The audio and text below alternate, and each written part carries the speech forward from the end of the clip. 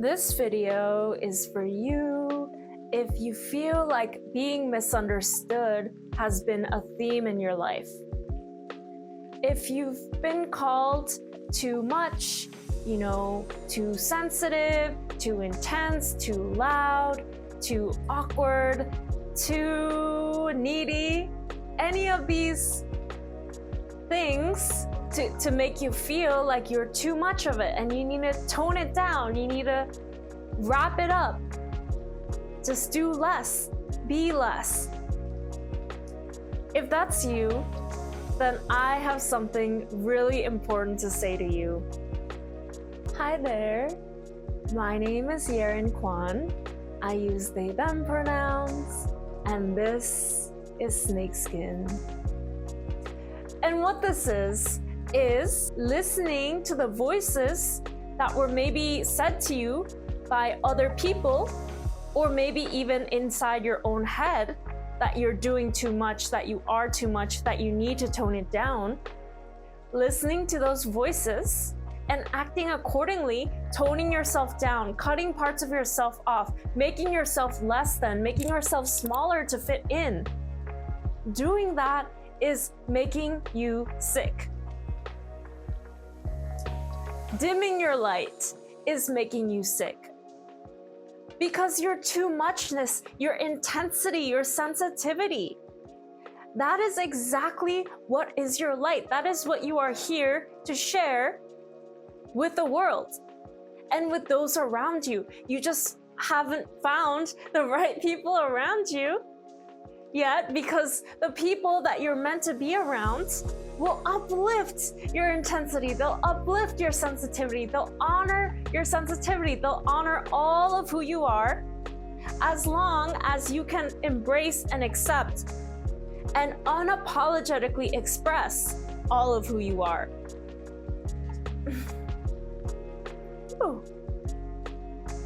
So that's the journey of life, right? Getting to know yourself, getting to love yourself, getting to relate to yourself in a way that is supportive and full of love, and being on your own side about things, rather than being harsh on yourself, being critical of yourself, putting yourself down, beating yourself up, putting yourself in a box, staying in situations where all that is happening to you. Even though you feel like there's something wrong when you're in those situations where people aren't honoring you, people aren't valuing you, you don't feel appreciated, you don't feel like anyone wants you around. Remaining in those kinds of situations is not how life is supposed to be. Life is supposed to be joyful. It's supposed to be all the things that you deeply desire it to be, underneath all those protective layers of, oh, I don't deserve this, or oh, I just gotta be quiet, or oh, it's too much when I ask for that, so I gotta pretend like I don't need it anymore. Underneath all those protective layers is this desire to live life like you're supposed to, which is with love and joy and just loving life. Life wants you to love it, and you want to love life deep down. There's this concept, I believe it comes from the Hindu tradition, and it's Satchitananda. Forgive me if I'm mispronouncing it. I know that pronunciation is really important for Sanskrit concepts, but Satchitananda just means unity, bliss, consciousness. And it's supposed to be our default state of existence. We're supposed to feel unity, bliss, consciousness, like all the time. Of course, we go through this life journey to return back to that state of interconnectedness and wholeness and love for all of life and all of ourselves. Because you can't remember without forgetting.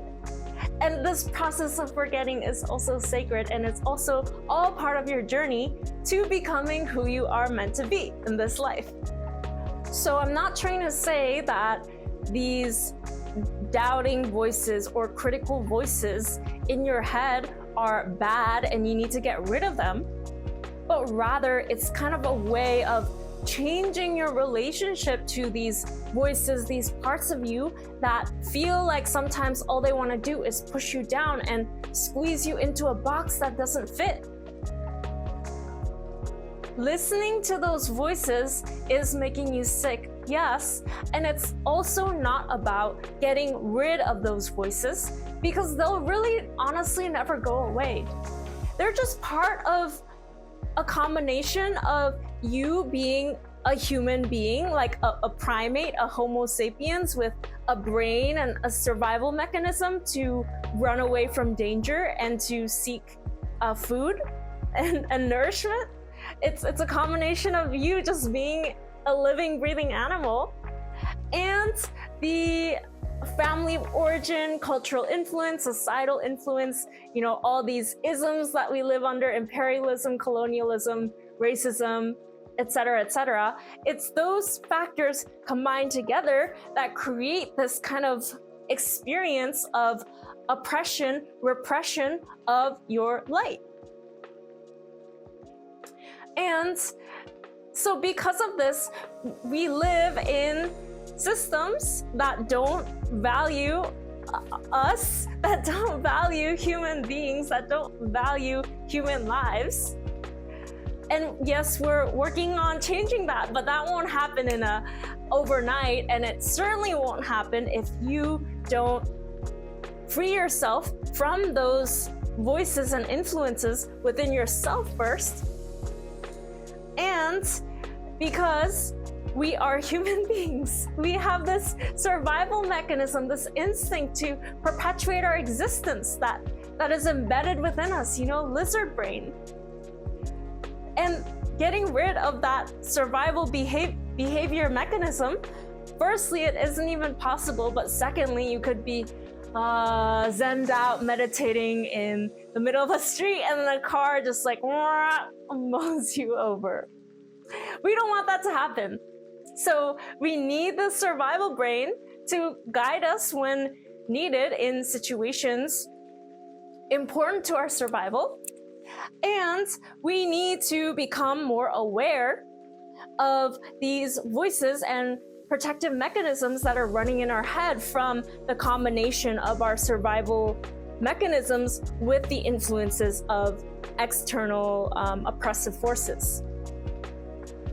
So it's not about getting rid of these uncomfortable sensations or voices or narratives, but rather bringing the light of our awareness to these sticky, dark, uncomfortable pieces of ourselves, bringing our awareness and bringing our love.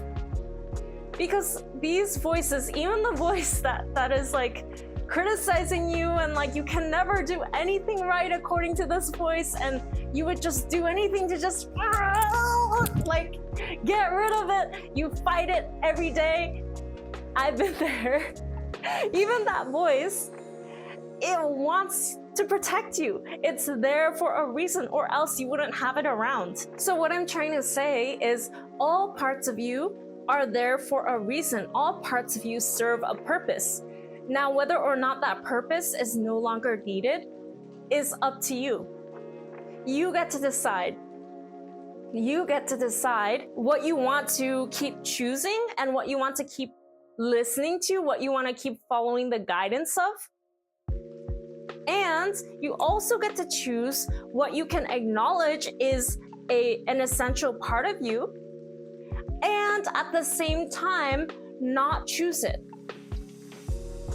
Like for me, recording this video, there's a deeper, more expressive part of me that I've been taught to push down and suppress.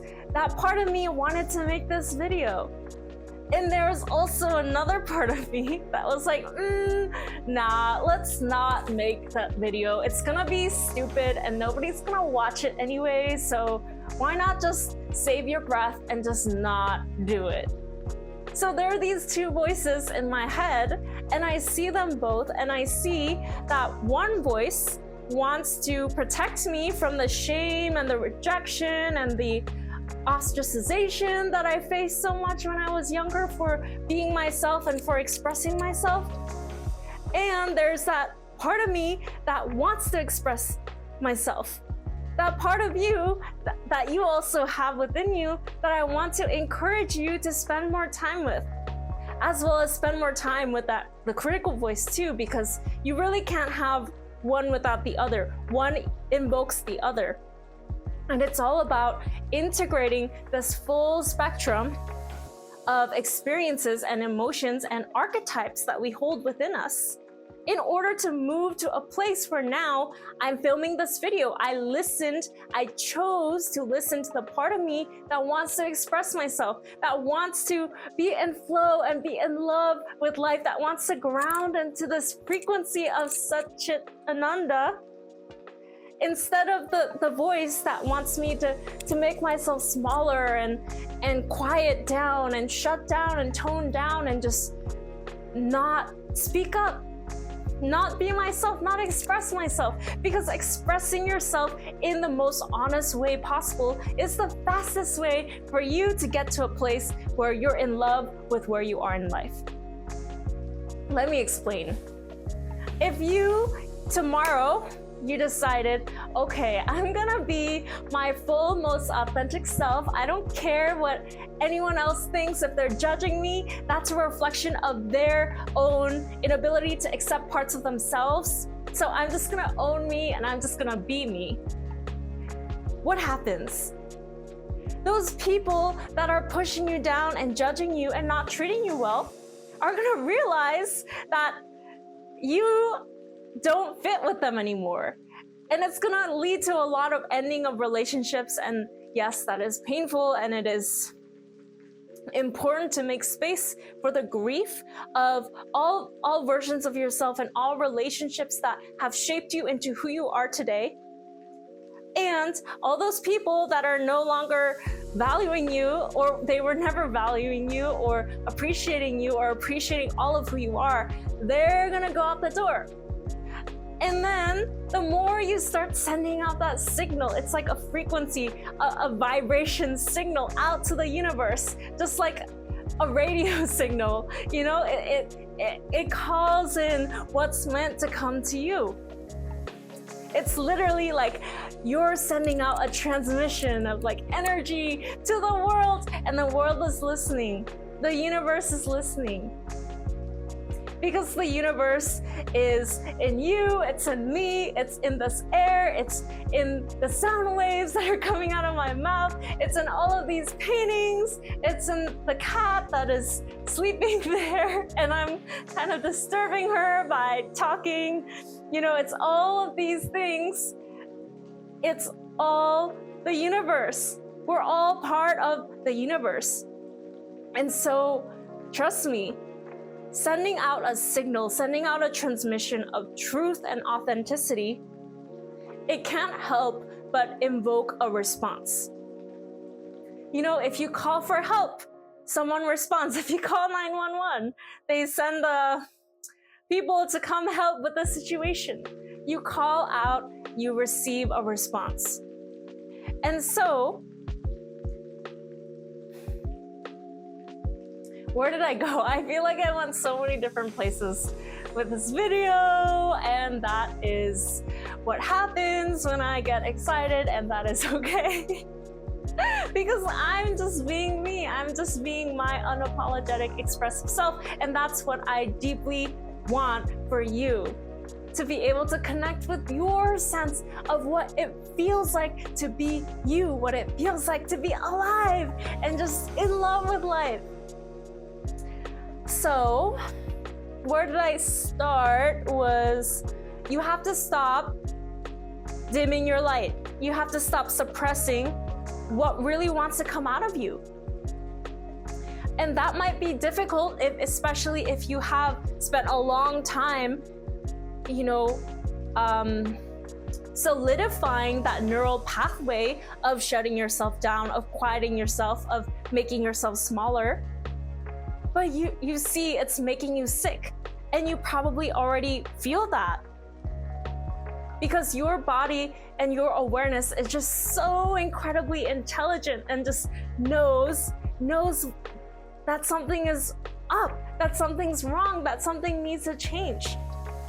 You know that inside of yourself. You have everything you need to guide yourself to a place of Satchitananda, of being in connection with yourself and what makes you truly alive and what lights you up. And it's all a matter of following that inner voice. You know, if you're watching this video, I'm so grateful you found what you needed to hear. And my sincere hope is that this transmission serves you and is supportive to you in your sacred process and journey of reconnecting with yourself and guiding yourself along a journey of awakening, of integration, of healing, of love. So, you know what to do. Just get quiet, still. Maybe use some tools that you have cultivated, whether that is a journal or a meditation practice.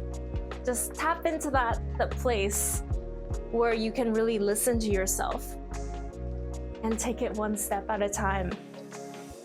You got this. In the bag. Do I have a bag here? I don't. I was gonna hold it up. You got this in the bag. But yeah, because you do. So thank you so much for watching. It was a pleasure to spend this time with you. And if you found it supportive, please let me know in the comments. Like, subscribe, share, all that jazz. And I will see you next time.